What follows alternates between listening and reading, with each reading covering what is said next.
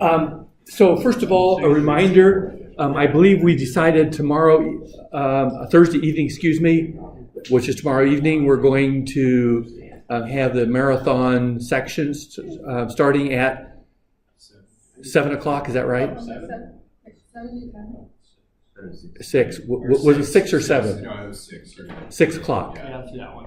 Okay, so I'll be here at 6 o'clock. I will send you an email as to which room it's in. Pardon? It doesn't work for me, but that's okay. And anybody's welcome to bring along food as long as you share. No, even if you don't share, and so forth. What you're saying is there's going to be Just Pizza? What? So you're saying there's going to be Just Pizza here? I didn't make that kind of announcement. He meant Papa John's. He actually meant Papa John's. So today I'd like to spend just a bit reviewing the OTA circuits, then go back to that current mare op amp, one of the OTA structures, and then hopefully move into cascaded amplifier structures.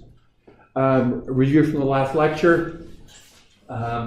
We observed that this current mare op amp can be used as an operational transconductance amplifier, as can some other structures.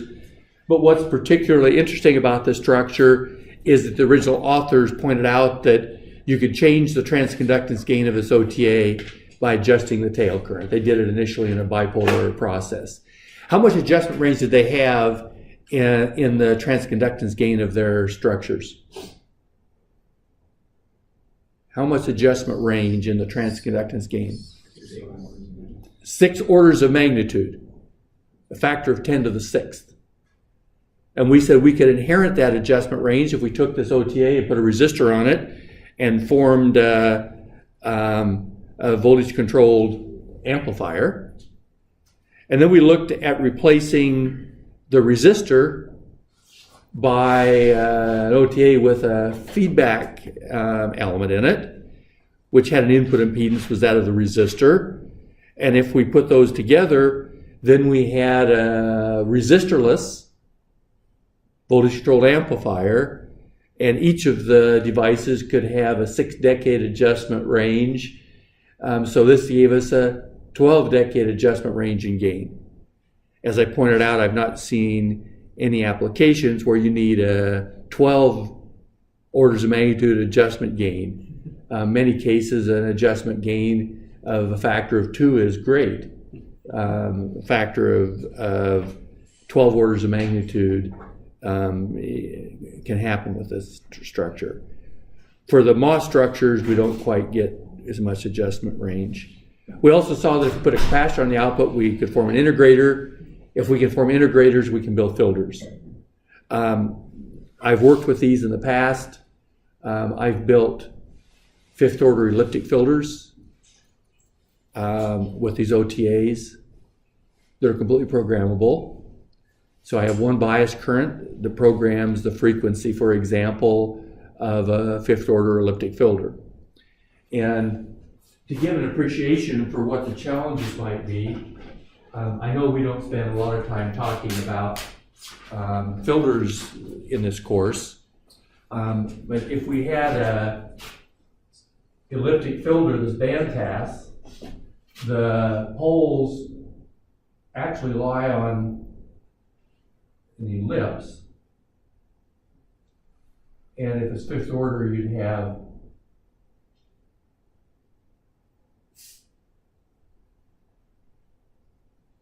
I'm drawing a 10th order one.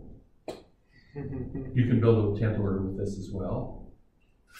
You'd have a set of poles like this, and in the relative spacing of these poles and the angle of the poles is critical. And the center of the passband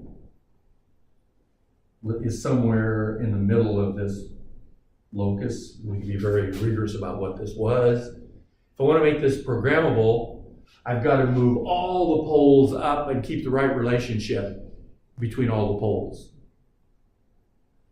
So if there were 10 poles, I'd have to move all 10 together and still keep the same locus. That's a challenging task. But you can do that with one bias current.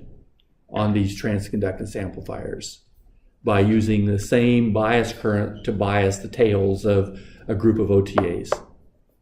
Okay, so they're pretty neat devices.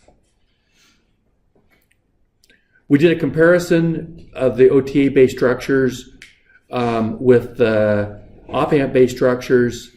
Op-amp-based structures require a minimum of 3 components to make the integrator: an op-amp, a resistor, and a capacitor. Or if it's an inverting structure, typically it requires 5 or 6 components. If you do it with an OTA, it requires 2 components. In that sense, they're canonical.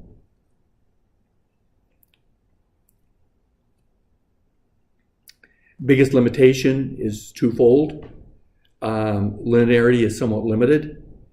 The signal swing may be limited, but it can also be reasonably good.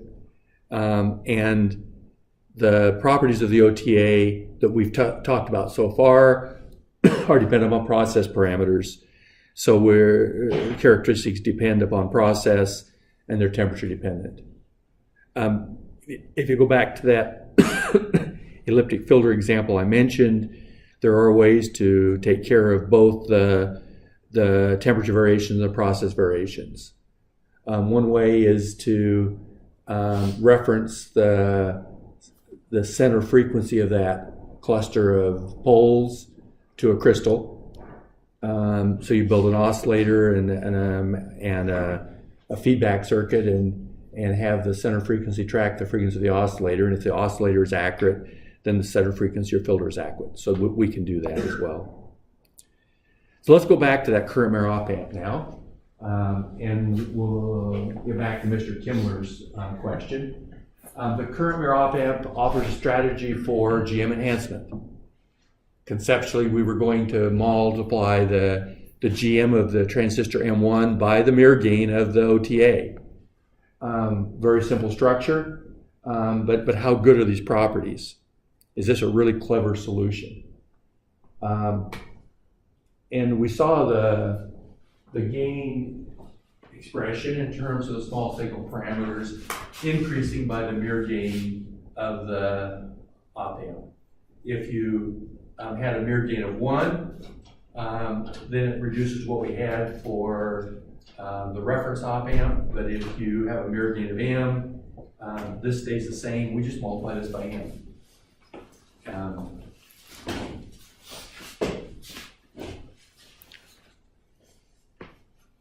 Slew rate did the same thing. The slew rate was M times I tail over 2CL. If you have if you have differential outputs, or it's twice that if you have a single-ended output because you're mirroring signal current around. If we have the fully differential op-amp, well, this is another structure. It's one with improved slew rate. We have 2 more outputs on the current mirrors.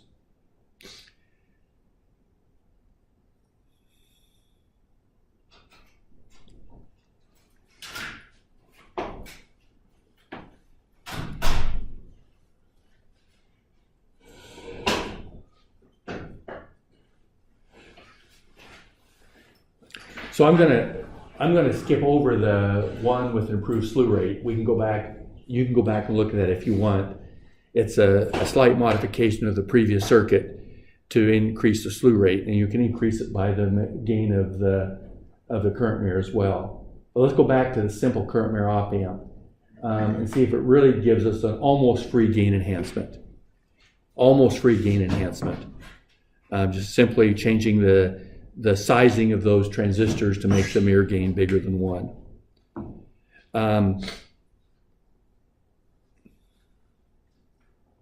So the question is, when we compare these circuits in the small signal parameter domain, are we comparing apples to apples?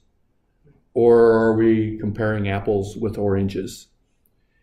So let's go back and make a comparison in the practical parameter domain. So let's consider the single-ended output performance of the reference amplifier. We saw the slew rate expression for the structure was IT over 2CL, or it's equal to in terms of practical parameters, P over 2 VDCL.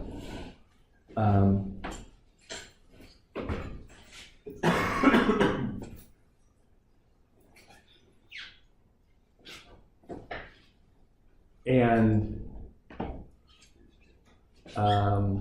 AV0 for the current mirror op amp, we said was M times GM1 over 2 divided by G out 1 plus G out 2.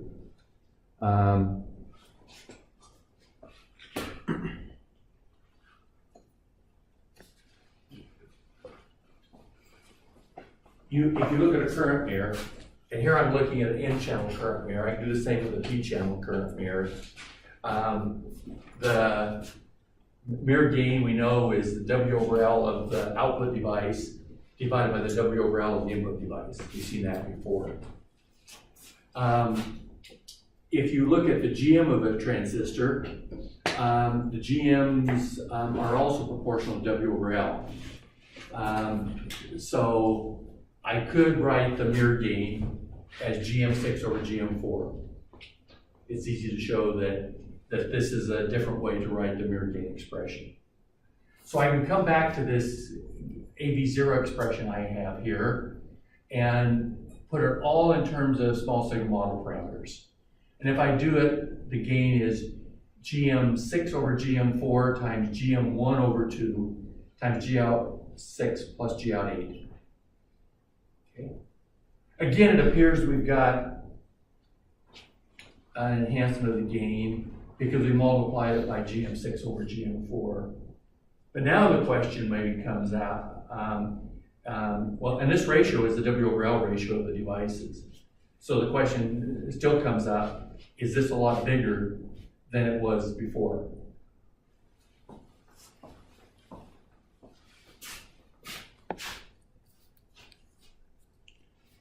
So let's go back to the practical parameter domain. And if I go to the practical parameter domain, I know that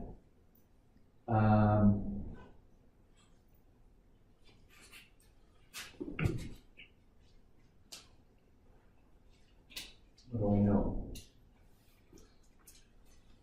I know that we have G out 6 and G out 8 in the denominator. That's G out of these devices. And these G outs are lambda IDQ. So the expression here then is AV0 is equal to the mirror gain times GM1 over 2. GM1 is, what's GM1? GM1 is 2I tail over V excess bias 1. Right? That's GM1 here. And I divide by 2.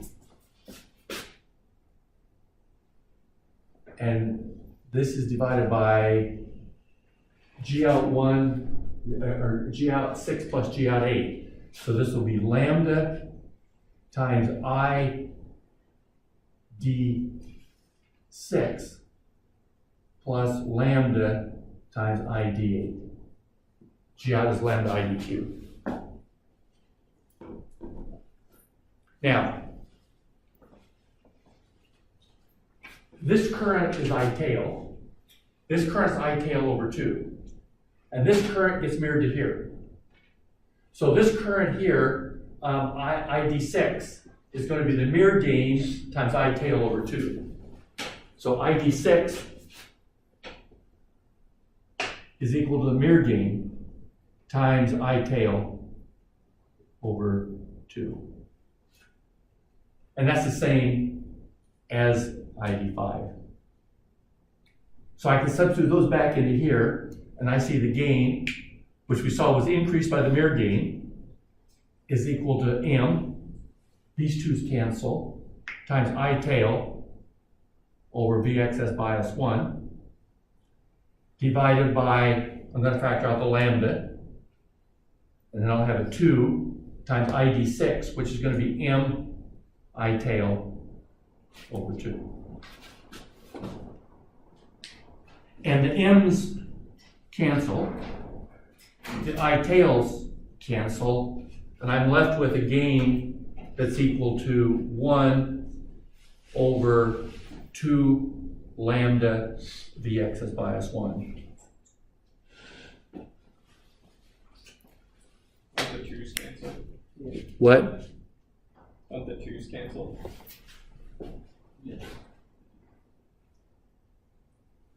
This one and this one cancel.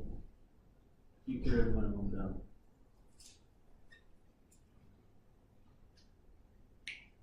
The bottom expression you have the 2. Oh, thank you.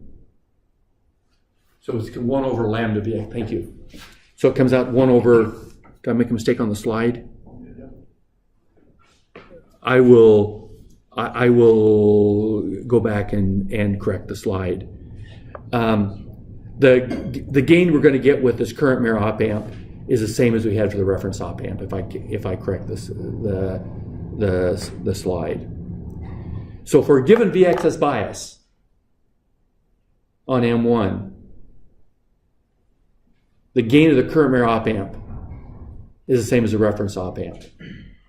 So did we gain anything? No.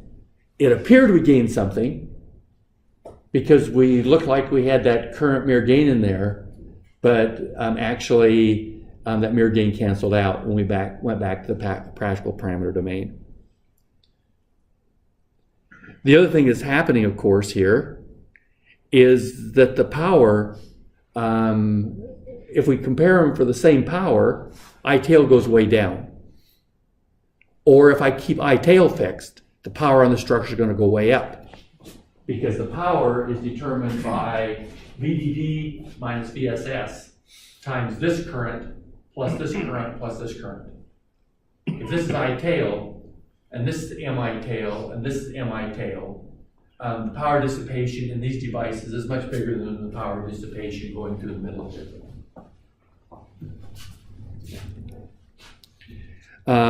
How about the GB power efficiency? Again, in terms of small signal parameters, it appeared to be it appeared to be multiplied by the mirror gain. And so here's the GB expression that we derived previously, M times I tail over 2 VXS bias 1 times CL. But the power is VDD times I tail times 1 plus M. And so the GB can be written like this. This was the GB that we had for the reference op amp. And that's multiplied by M over 1 plus M. So what about the GB efficiency here? It's what? Isn't it gone? In fact, it's gone down. If M is large, it's about the same as before. If M is around 1, then it's about half. Okay? So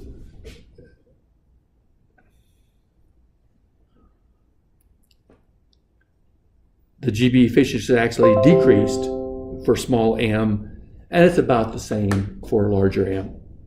So I think it's a real good example to show that you got to really be careful when you're looking at different structures on how you compare their characteristics. If you look in the small signal parameter domain, you may get what appears to be a major improvement or deterioration of performance for a given structure. But probably the only practical way to compare those structures, a fair way, is to go back to the practical parameter domain and see what's really happening.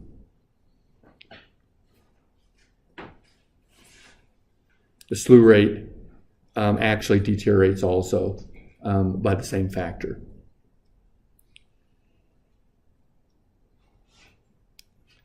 So how does the current mirror op amp really compare with the previous amplifiers or with the reference amplifier? The perceived improvements may appear to be very significant, but the actual performance is not quite as good. But we're not going to throw this away. It's not bad performance. In fact, we have no structures yet that have a better gain bandwidth product than the reference op amp. And for M large, it's about the same as the reference op amp. So this is also widely used architecture. It just doesn't offer the advantages that it might appear to be on the surface.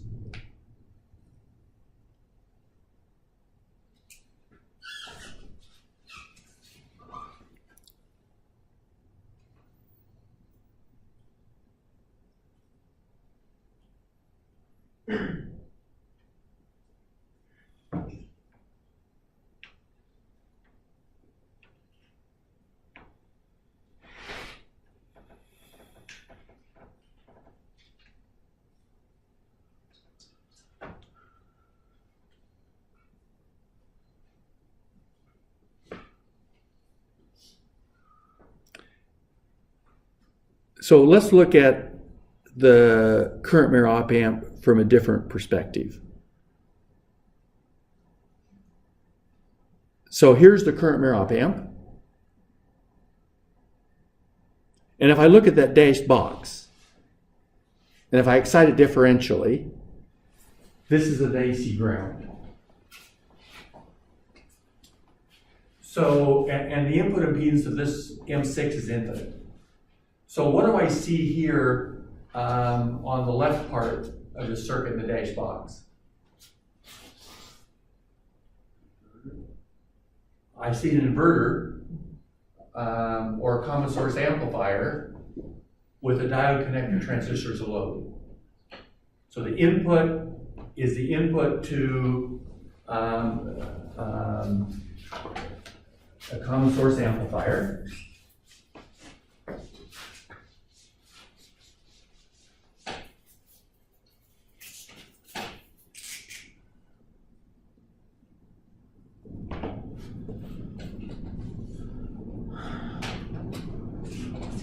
Small signal wise,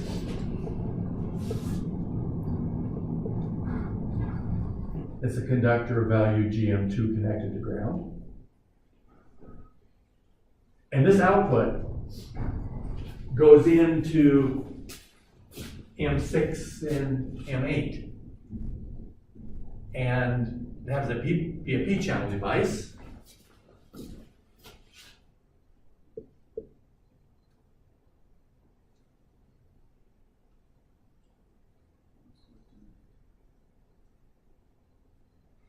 And this is connected to a fixed bias voltage VBs. And this is the output. And what is this circuit? Looking to the right. It's what? Do we recognize this circuit here to the right? Jake?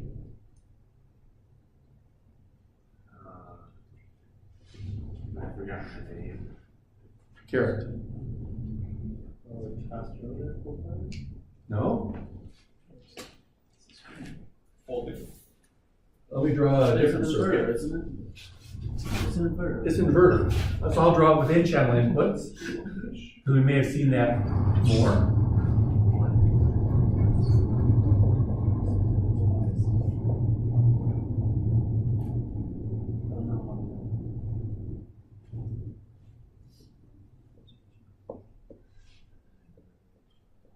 We've seen this circuit before, right? And this is common source amplifier with a current source load. So we just recognize this as a basic common source amplifier with a high impedance load. So really, this thing that we looked at as a differential amplifier that's driving a current mirror could be viewed as what? As a two-stage amplifier. We're cascading two common source stages together. Do the two stages have similar gain or different gains?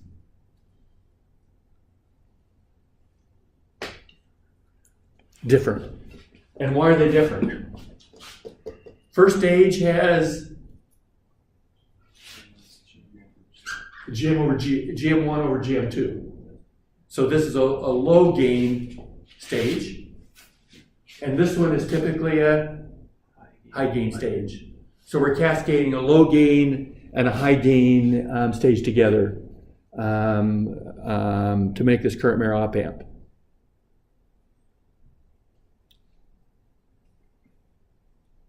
So here's the differential half circuit of the structure, and it's just a cascade of an N-channel common source amplifier and a P-channel common source amplifier.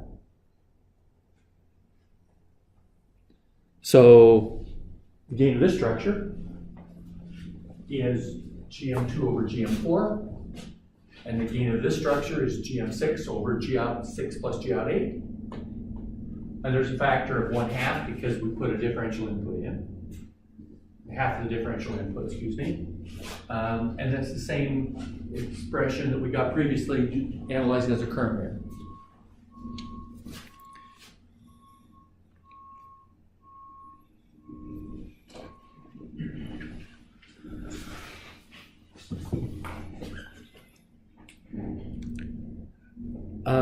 So what's the relevance of this observation?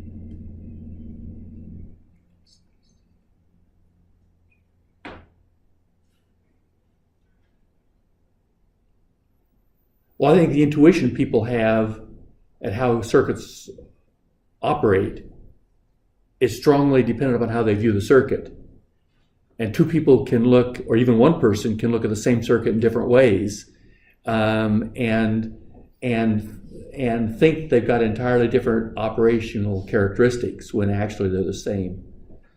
Since this is being recorded, I probably shouldn't mention it, but I will. A number of years ago, I was working with a graduate student, and he came up with what appeared to be an interesting new comparator. So we submitted a paper to a conference, and when we were in the process of preparing the slides for the presentation, I redrafted the circuit, and I recognized it as a circuit that was well known, and we had made the claim that we had performance benefits over the well-known circuit. When we ended up redrawing the circuit, we found that we had exactly the same circuit that people had talked about before, and we had made a mistake in interpretation of the results that made it look like it was better. Mr. Kimmler raised the question whether there was really a benefit of this current mirror op amp. We saw that there was not. From the gain viewpoint, but we kind of got fooled maybe for a while into thinking there was a benefit because we looked at it in a small single parameter domain. But be careful, because you can oftentimes have that in other cases as well. We mentioned the comment that the current mirror was coined by Wheatley and Whitlinger. Widler had built op amps with current mirrors in somewhat before, but he viewed them as a cascade of two common source amplifier structures rather than as a current mirror. Make sense?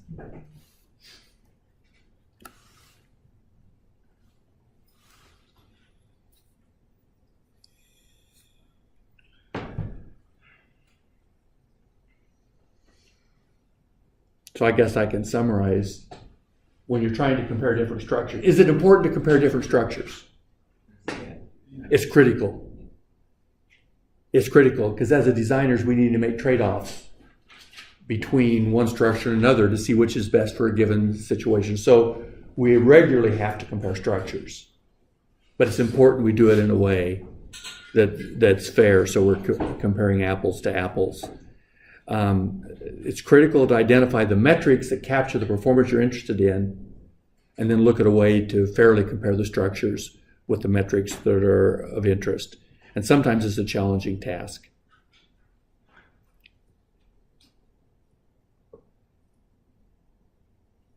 Somehow these slides appear to be repeated. So current mirror op amp summary. The current mirror op amp offers no improvement in performance over the reference op amp. It can be viewed as a cascade of two common source amplifiers. It's useful as an open loop amplifier because it's programmable, but some of the other op amps that have a high output impedance are also programmable and also can be used as transconductance amplifiers. The current mirror op amp will work in feedback applications. Performance would often be better with other op amp structures. We're going to get back to the issue of cascade amplifiers shortly. If you look at this current mirror op amp, we recognize it is a cascade. We probably don't have to worry too much about compensation of that structure. The reason we don't have to worry about compensation of that structure is it happens that the two poles are already widely separated in the structure. And probably for that reason, we don't have to worry about compensation. If the poles are not widely separated, then compensation becomes an issue. After we talk a little bit about stability issues, we'll go back and look at that current mirror op amp and see under which conditions we might need to compensate it as well. Stability. Sometimes circuits that have been designed to operate as amplifiers do not amplify a signal, but rather oscillate when no signal is present, or they latch on. And the last lecture we had, we looked at some feedback situations where the circuit might latch up. We didn't look at an oscillatory situation. Circuits that are designed to operate as amplifiers, but instead oscillate or latch up, are said to be unstable. So if you're trying to build an amplifier and you want it to amplify and it doesn't amplify, then we say it's unstable. The stability of any circuit is determined by the location of the poles of the circuit.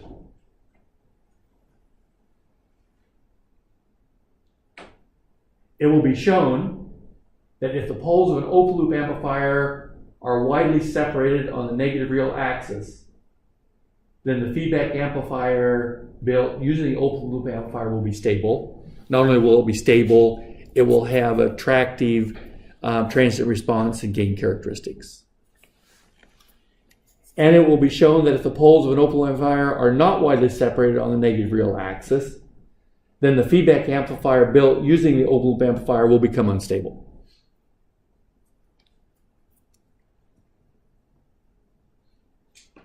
Let's talk about the poles of an amplifier.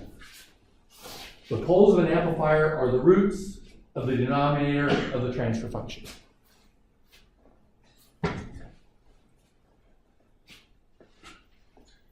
If I talk about the denominator of a transfer function, then the implication is that there's an input and an output of the circuit to be able to calculate the transfer function.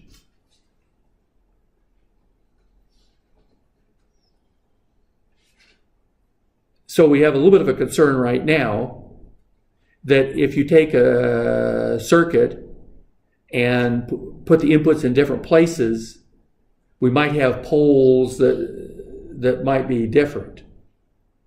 And consequently, do we have to qualify stability on how you think of the input and output of that circuit?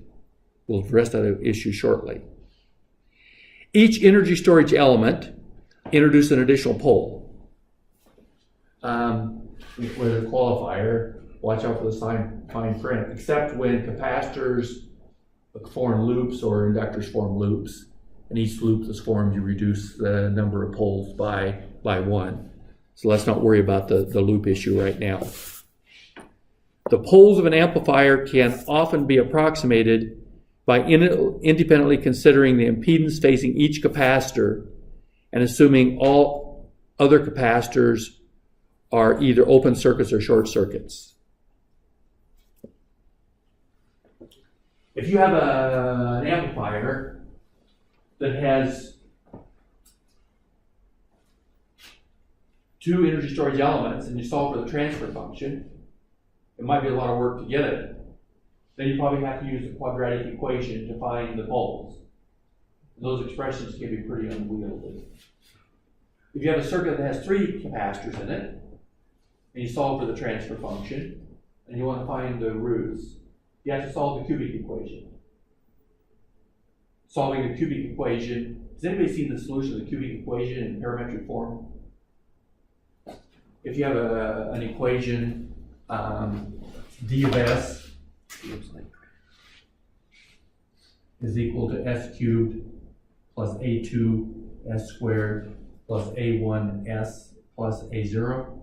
This will be the denominator transfer function of a circuit with 3 capacitors. Has anybody seen the solution of that equation? Well, it exists. And if you write it in 6-point font, you can probably put it down on 2 pages. And it's not a linear equation. It's square roots of sum of square. It's just an absolutely nasty equation.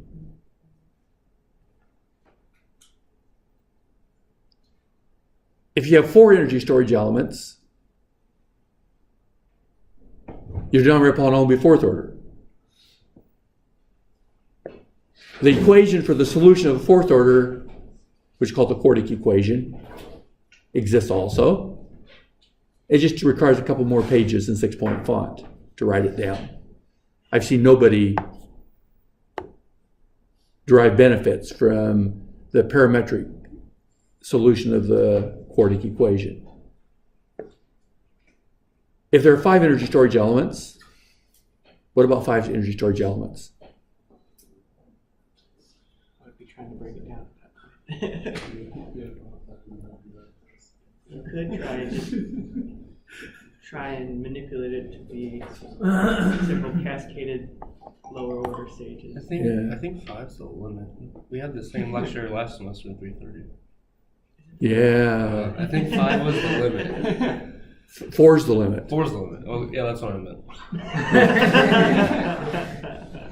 So if you get up to 5, Galois proved that the solution doesn't exist in parametric form. There's not a closed form expression for the quintic or higher order polynomials.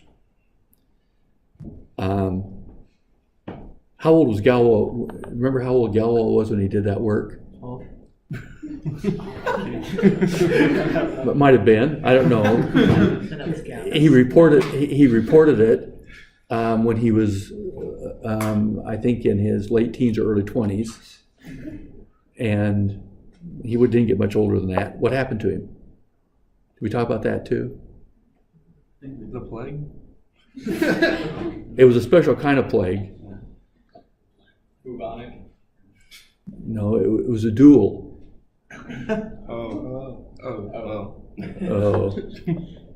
He was also a politician. He was a brilliant mathematician, and he was a lousy dueler. And so the story goes, instead of preparing for the duel, if you can prepare for a duel, he wrote down a few of these things like these equations we can't solve and other things. And then he went out and got shot. And it took a while for people to recognize what his contributions were. So I dug through some of these notes after he died and said, hey, this guy's brilliant. The field of linear algebra as we know it today is pretty much attributed to Galois. Okay. So, it's hard to find the poles, but this observation is important. The poles of an amplifier can often be approximated by independently considering the impedance facing each capacitor and assuming all other capacitors to be open or short circuits. So we just take the capacitor one at a time and neglect all the other capacitors by replacing them either by opens or shorts. We'll talk about how to do that. Look at the driving point impedance of a resultant one port, and the pole is approximately 1 over that impedance times the capacitance you're looking at. And if you do that for all the capacitors in your circuit, you get an approximation for all the poles. Fool Galois, right? We get an approximation, we don't get an exact solution. Now, I raised the issue of what happens if you take a network and look at different transfer functions of the same network. So one thing we might do is have an amplifier that's got a bunch of nodes. We have an input here. And I can have V out 1, V out 2, through V out K. Each node would be another output. So I can have transfer functions T1 of S through Tk of S. If I talk about stability being determined by the poles of the network, and I could take different outputs of the network, it would be of concern if for some outputs we said the network was stable, and for other networks we said it was unstable. Well, you can show that for a given excitation, no matter what output you take, whether you take a node voltage, a branch voltage, or a node current to form your transfer function, the denominator polynomial is always the same. In fact, if you excite the network in different ways, such that when the excitation goes to 0, the network doesn't change, the poles will all be the same. So the poles of the circuit are absolute. That is, they are independent of where the excitation is applied and where the response is taken, provided the dead networks are the same. Consequently, stability is also absolute. A circuit is either stable or unstable, irrespective of where the input is applied or the response is taken, provided the dead networks are the same. This sounds like kind of morbid discussions, but that's a term that the filters community has been using for decades. A network that you obtain by letting all the independent sources go to their 0 value. That is, you replace all voltage sources with shorts and all current sources with opens. That forms the dead network.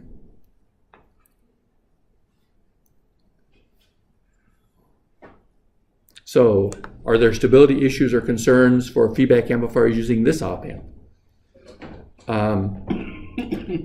The pole on the output node. So here what we're doing is we're saying, let's take this capacitor, and I look at the impedance facing this, and if I look this way, I see primarily G out 8, and if I look up here, I see primarily G out 6. So the pole on this node, on this capacitor, we say it's on this node because this capacitance goes from this node to ground, is then 1 over RC or G out over C. G out is G out 6 plus G out 8 over C2. So this approximately is the capacitance on the output node.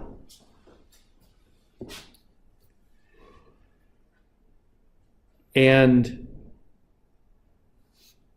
G out 6 plus G out 8 is small. They're output conductances. And oftentimes we put a large capacitance on the output. We have to drive something, and a lot of times that capacitance is pretty large. So this pole is pretty large. Now P1, if you look at the pole on this node, we have a capacitor here, and I look this direction, and I see a diode connected transistor, so I see primarily a GM, and I see a G out looking down here, so I see a GM plus G out, and that's approximately equal to GM. So the pole on this node is approximately GM4 over C1. GM4 is big compared to the output conductances, and C1 is the parasitic capacitance on that node. And that parasitic capacitance will be the drain capacitance here, the source capacitance here, and 2 gate source capacitances. Those are usually small compared to the load capacitance. So P1 is typically much bigger than P2. So we have wide separation of the poles, and we'll show later that as far as wide separation of the poles, we don't usually have a stability problem. Although if you take this circuit and you were to go in and put a great big capacitor on C1, that would push those poles together, and then the circuit would have a problem when you apply feedback. So this circuit is termed, assuming C2 is fairly big, is termed an output compensated amplifier. The dominant pole is on the output node due to the large capacitor C2. Yes? So this is something we haven't really seen before because M4 is not a P channel. Did I turn? Let me correct that. M4 is P channel. Thank you for pointing that out.